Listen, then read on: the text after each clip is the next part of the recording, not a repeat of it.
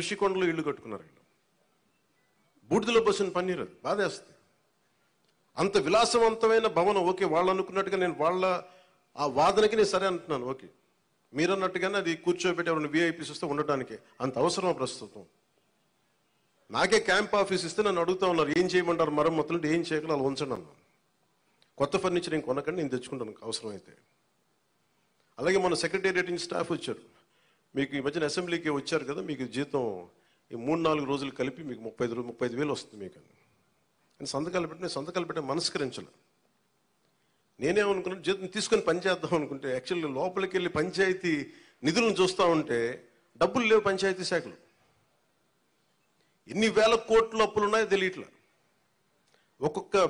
ఒక్కొక్క హెడ్ తవ్వే కొద్దీ, అంటే ఒక్కొక్క దానికి ఏ హెడ్ కింద ఎంత ఖర్చు అవసరం ఉంది తవ్వే కొద్దీ అసలు అనంతంగా లోపలికి వెళ్తానే ఉంది.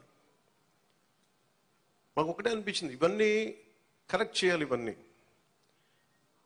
ఇంత అప్పుల్లో మనకి పంచాయతీరాజ్ శాఖ ఉన్నప్పుడు నాలంటూ డబ్బులు తీసుకోవటం చాలా తప్పు అనిపించింది. అందుకని వాళ్ళకి చెప్పి నేను జీతాన్ని వదిలేస్తున్నాను, నా జీతాలు ఏం వద్దు, కానీ నా దేశం కోసం మా నేల కోసం పనిచేస్తున్నాను. ఎందుకంటే ఇది పరిస్థితుల్లో మేము ఇచ్చే పరిస్థితుల్లో ఉండాలి మనందరం.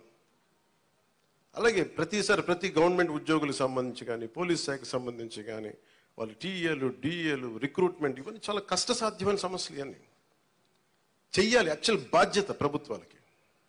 నేను ఈ రోజున ప్రభుత్వంలో భాగస్వామిగా చెప్తున్నాను, నేను అద్భుతాలు చేస్తాం అని చెప్పట్లేదు, కానీ మీకు జవాబుదారీతనం ప్రభుత్వం ఉన్నది ఉన్నట్టుగా చెప్తాం. ఈ రోజున చేయగలిగేది చేసి చూపించాం. ఈ రోజున రాగానే మొదటి సంతకం గౌరవ ముఖ్యమంత్రి శ్రీ చంద్రబాబు గారు పెట్టింది ఇదే.